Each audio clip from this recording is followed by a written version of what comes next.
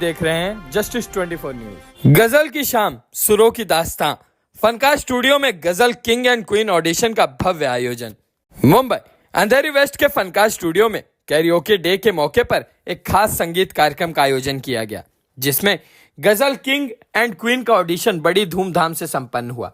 इस अनोखे ऑडिशन का मकसद था गजल जैसी सुकून भरी संगीत विधा को दोबारा लोगों के दिलों तक पहुंचाना।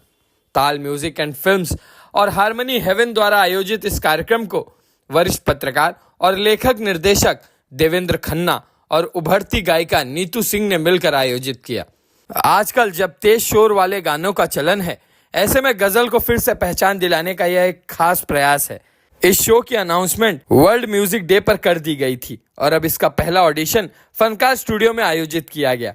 ऑडिशन में कुल 27 प्रतिभागियों ने हिस्सा लिया, जिनमें से 10 को फाइनल राउंड के लिए चुना गया। इस प्रतियोगिता के जज बने कई नामी कलाकार और संगीतकार। सबसे खास रहे गीतकार सुधाकर शर्मा, जिन्होंने अब तक हजारों गाने लिखे हैं और जिनके 187 गाने तो सिर्फ चुनरी थीम पर ही हैं, इसलिए उन्हें चुनरी गीतकार भी कहते हैं। सुधाकर शर्मा ने गायकों को सही उच्चारण और शब्दों पर ध्यान देने की सलाह दी। संगीत के इस मंच पर राजलक्ष्मी आहूजा भी मौजूद थी, जो गंधर्व महाविद्यालय से शास्त्रीय संगीत में पढ़ी हैं और देश विदेश में परफॉर्म कर चुकी हैं। इनके साथ रचना चोपड़ा भी शामिल हुई, जो पिछले 16 सालों से मशहूर गायक कुमार शानू के साथ शो कर रही हैं। रचना ने प्रतिभागियों को उनकी कमजोरियों के बारे में बताया और रियाज करने की सलाह दी। उन्होंने अपने नए भजन मेरे भोलेनाथ के बारे में भी जानकारी दी।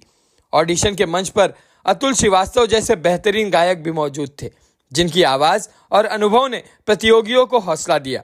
कार्यक्रम की शोभा तब और बढ़ गई जब देश की जानी मानी शास्त्रीय गायिका पद्मश्री सोमा घोष वहां पर पहुंची। उन्होंने सभी प्रतिभागियों को गायकी के टिप्स दिए और अपनी नई गजल यादों के साए को भी वहां रिलीज किया। इस गजल को पद्मश्री मुमताज मिर्जा ने लिखा है।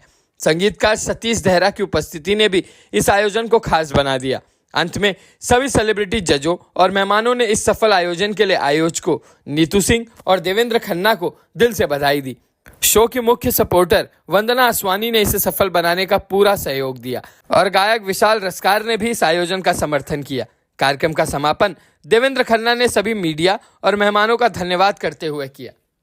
अब आइए देखते हैं जस्टिस 24 न्यूज पर इस कार्यक्रम के दौरान उपस्थित लोगों ने क्या कुछ कहा। पत्रकार ब्रिजेश सिंह की रिपोर्ट में। ब्लू साड़ी, ब्लू ऑर्नामेंट्स, फिर चुनरी, पिंक साड़ी, पिंक ऑर्नामेंट्स, उसमें वो नाचती भी रही। फिर गजल वाइट ऑफ वाइट, पिंक, हाँ पिंक, और इसमें ठुमरी में रेड और उसमें पिंक ऑर्नामेंट्स, देन फिर वाइट, तो फिर भजन स्तोत्र और उसको असली कलाकार कहा जाता था। लेकिन अभी लोग साधना नहीं करते हैं ना। सबसे पहले आप यहाँ आज आइए, गजल किंग एंड क्वीन एक बहुत बड़ा शो हो रहा है गजल को लेकर, क्या कहना चाहेंगे शो के बारे में और जो ऑर्गेनाइजर है देवेंद्र खन्ना, क्या कहना चाहेंगे? मैं दिल से देवेंद्र खन्ना जी को शुक्रिया अदा करती हूँ, क्योंकि गजल एक बहुत ही स्ट्रॉन्ग और इमोशनल गायकी है। जैसे जैसे आप जानते हैं, ख्याल, ठुमरी, दादरा, होरी, चैत्री, कजरी, भजन, उसके साथ साथ गजल। पहले जमाने में जो बेगम अख्तर साहिबा थी, गजल को बहुत मशहूर किया था। हाँ, और लेकिन धीरे धीरे आजकल सब कुछ रॉक पॉप में आ गया है। गजल महफिलें कम होती जा रही है। गजल की जो अल्फाज है वो हमें जीना सिखाता है। क्या क्या शब्द है गजल में कि कह दो इन हसरतों से कहीं और जा बसे, 2 गज जमीन भी ना मिली इस कुए यार में। जो बहादुर शाह जफर एक एक शब्दों में कि उम्र दराज मांग के लाए थे 4 दिन, 2 आरज़ू में कट गए जो 2 इंतजार में। तो ये हमें इतनी सहज सरल भाव से जो गजल के अल्फाज है, हमें बहुत कुछ सिखा के चला जाता है। तो ये गायकी अभी खत्म हो रही है। इन्होंने जो देवेंद्र खन्ना जी ने जो गजल क्वीन और गजल किंग एक अवार्ड सेरेमनी रखा है, जिसमें गजल के ऑडिशन हो रहे हैं आज। उसमें इन लोग जो गा के जो कंपटीशन में जीतेंगे, उनको ये अवार्ड दिया जाएगा, किंग एंड क्वीन, गजल किंग एंड क्वीन। ये बहुत अच्छे है, क्योंकि जब तक कंपटीशन ना होना तो लोग को इच्छा नहीं होती है, चाहत नहीं होती है। तो हम इस प्रोग्राम की दिल से बहुत साधुवाद देते हैं। जो देवेंद्र जी ने ये कर रहे हैं, देवेंद्र खन्ना जी ने बहुत अच्छा काम कर रहे हैं और हम हमेशा उनके साथ हैं कि गजल जो गायकी है ना, रूह से आती है। तो रूह तक पहुंचना बहुत जरूरी है, कि रूह को समझना, क्योंकि हम तो रूह ही है ना, हम शरीर नहीं है। तो जी आज आपका यादों के साए एक नया एल्बम भी गाना भी रिलीज हुआ है, गजल रिलीज हुआ है, उसके बारे में क्या कहना चाहिए? नौशाद जी ने हमसे ये वचन लिया था कि शोमा जी गजल को आप बचा लीजिए, क्योंकि गजल रूह की गायकी है, ये गला तक पहुंच गया है, इसमें कंप्यूटर नहीं आ सकता है। तो मैंने उनको वचन दिया था। उसके बाद मेरी पहली सीडी मैंने उनको इश्क उनको डेडिकेट किया था, और परवीन शाकिर जी एक जो उ- उ- उसकी दुल्हन सजाऊंगी, तो दोनों में हमको अवार्ड मिला बेस्ट गजल सिंगर का। और उसके बाद मैं गजल शायराओं की गजल गा रही हूँ। अभी मैंने मुमताज बेस्ता जो पहली पद्मश्री थी, तो उनकी मैंने 5 गजल को गाई है। और तीसरा गजल आज रिलीज हुआ है कि दिल सीने में घबराए है, क्या जाने क्या हो। अब मेरे चैनल से रिलीज हुआ है डॉक्टर शोभा घोष, तो आप लोग जरूर सुने, गजल को आगे लाइए, गजल को समझिए। गजल एक बहुत बहुत उम्दा गायकी है। Thank you.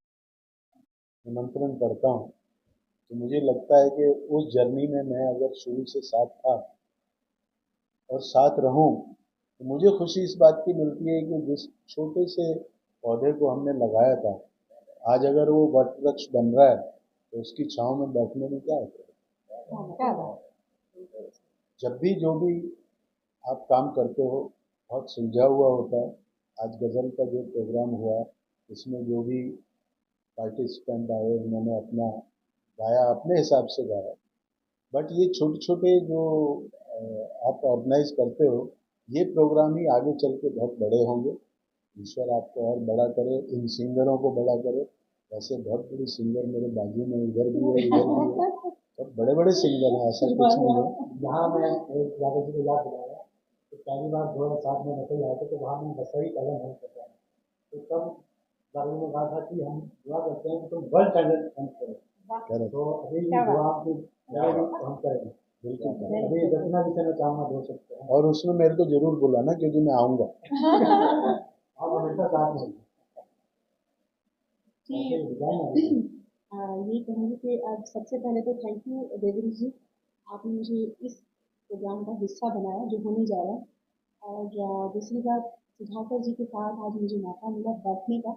ये गुरुजन हैं, जितने भी मेरे साथ हैं सब सीनियर ही हैं। और सुधाकर जी तो हमारे जो सिंगर है, जो king of romance, king of sad, आप सब कह सकते हैं, उनके अंदर सारी बातें हैं। तो उनके वो राइटर हैं सुधाकर जी।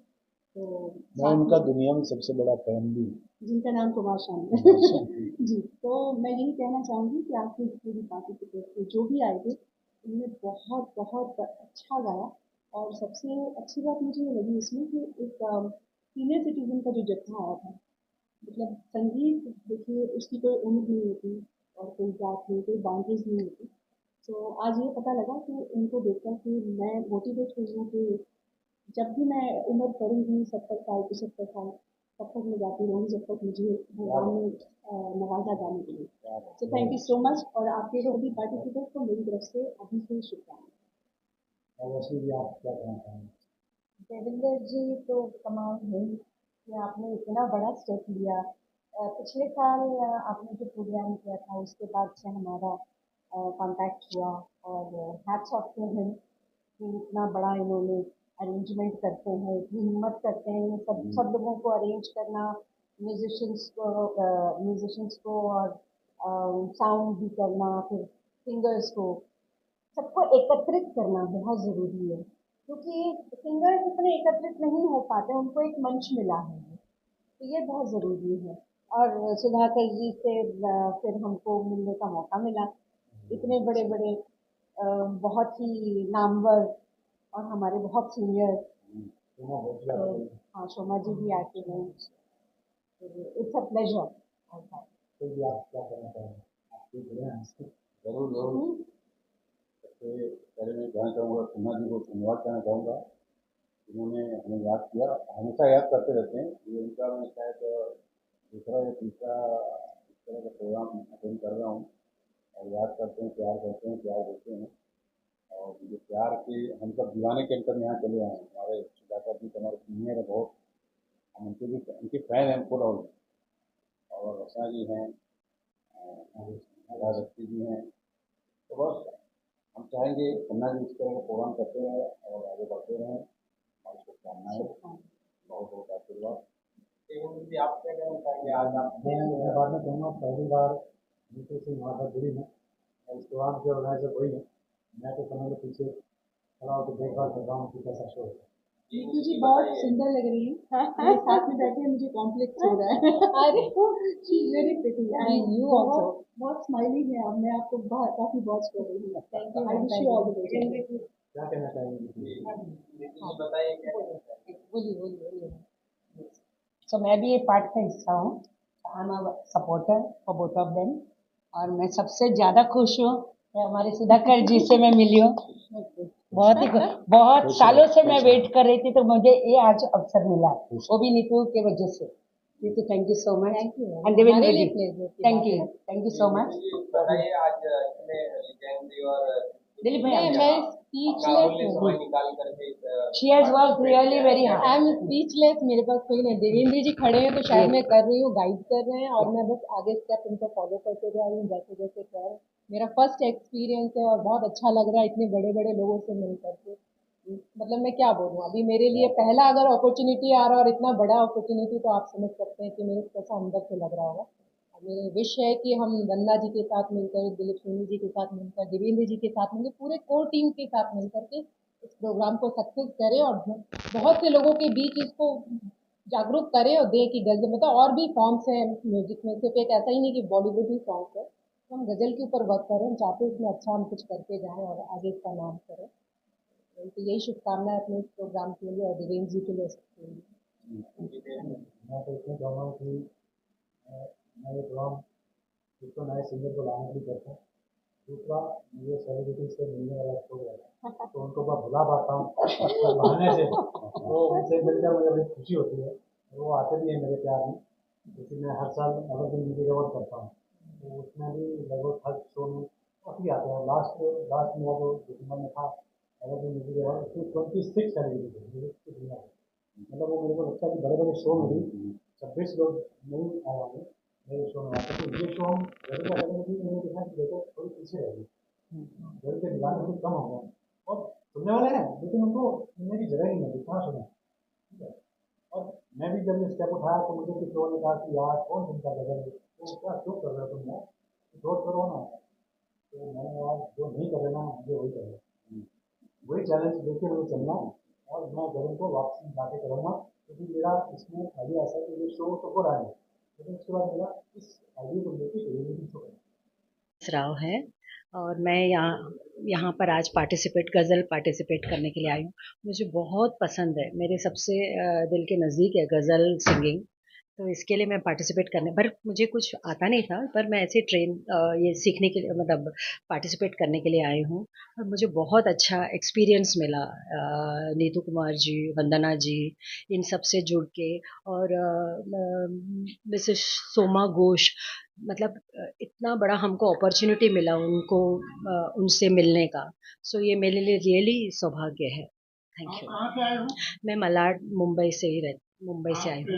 कितने वर्षों से वो सिंगिंग लाइन में? सिंगिंग इसमें मैं सीखने के लिए मैं 2 साल से सीख रही हूँ। रैना लहरी करके मेरी टीचर है, उनके पास से हिंदुस्तानी क्लासिक मैं सीख रही हूँ। सोमा जी से मिले आपको कितनी खुशी हुई?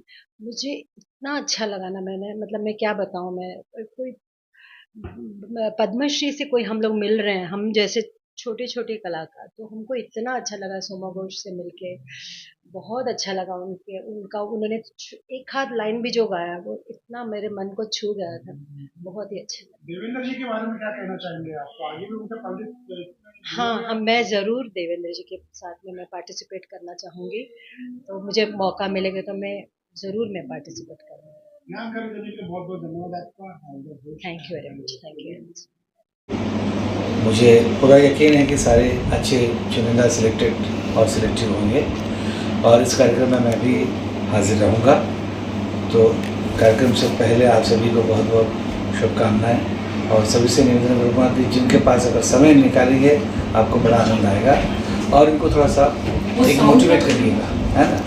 तो देवेंद्र जी और नीतू जी को बहुत बहुत शुभकामनाएं, आप सभी को शुभकामनाएं, चैनल को बहुत बहुत शुभकामनाएं। Thank you.